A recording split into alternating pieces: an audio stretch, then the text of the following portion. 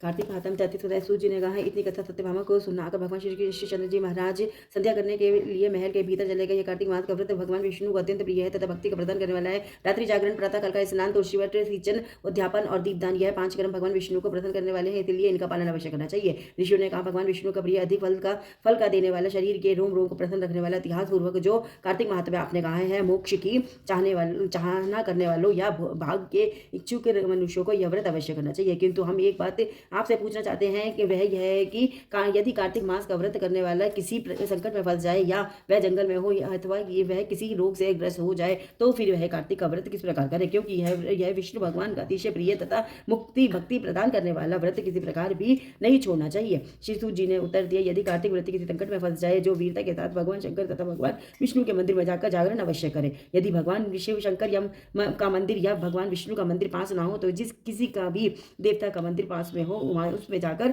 रात्रि जागरण करे। अगर घना जंगल हो तो फिर पीपल के वृक्ष के नीचे अथवा तुलसी के वन में जाकर जागरण करे। भगवान विष्णु की मूर्ति के सम्मुख बैठकर भगवान विष्णु का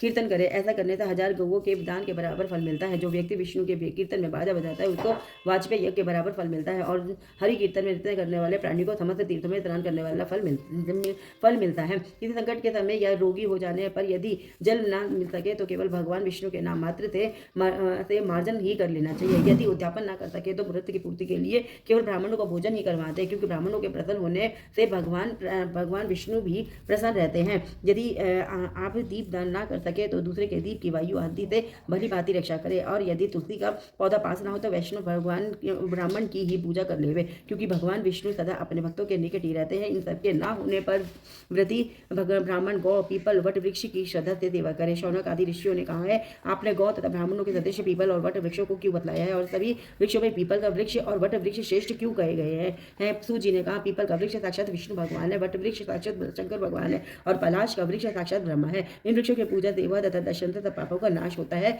ऋषियों ने कहा, प्रभु हम लोगों को इसमें शंका है कि ब्रह्मा विष्णु और शंकर वृक्ष रूप क्यों हैं, आप कृपा करके हमें बतलाइए। श्री सूत जी ने कहा, प्राचीन काल में भगवान शंकर और पार्वती विहार कर रहे थे कि उस समय उनके विहार में विघ्न डालने के विचार से ब्राह्मण का रूप धारण करके अग्नि से वहां पर गए। विहार के आनंद का नाश हो जाने के कारण क्रोध में भरकर श्री पार्वती जी ने समस्त देवताओं को शाप दे डाला। पार्वती जी ने कहा, ये देवता विषय सुख को कीट पतंगे भी जानते हैं, उसमें आप लोगों ने देवता होकर विघ्न डाला है, इसलिए आप सब लोग वृक्ष हो जावे। सूत जी ने कहा, इस प्रकार क्रोधित पार्वती जी के शाप देने से सब देवता वृक्ष हो गए। इसी कारण भगवान विष्णु तथा भगवान शंकर भगवान दोनों पीपल तथा वट हो गए। इसी कारण भगवान विष्णु का शनिदेव के साथ भोग करने के कारण केवल शनिवार को ही पीपल को स्पर्श करना चाहिए और किसी दिन नहीं।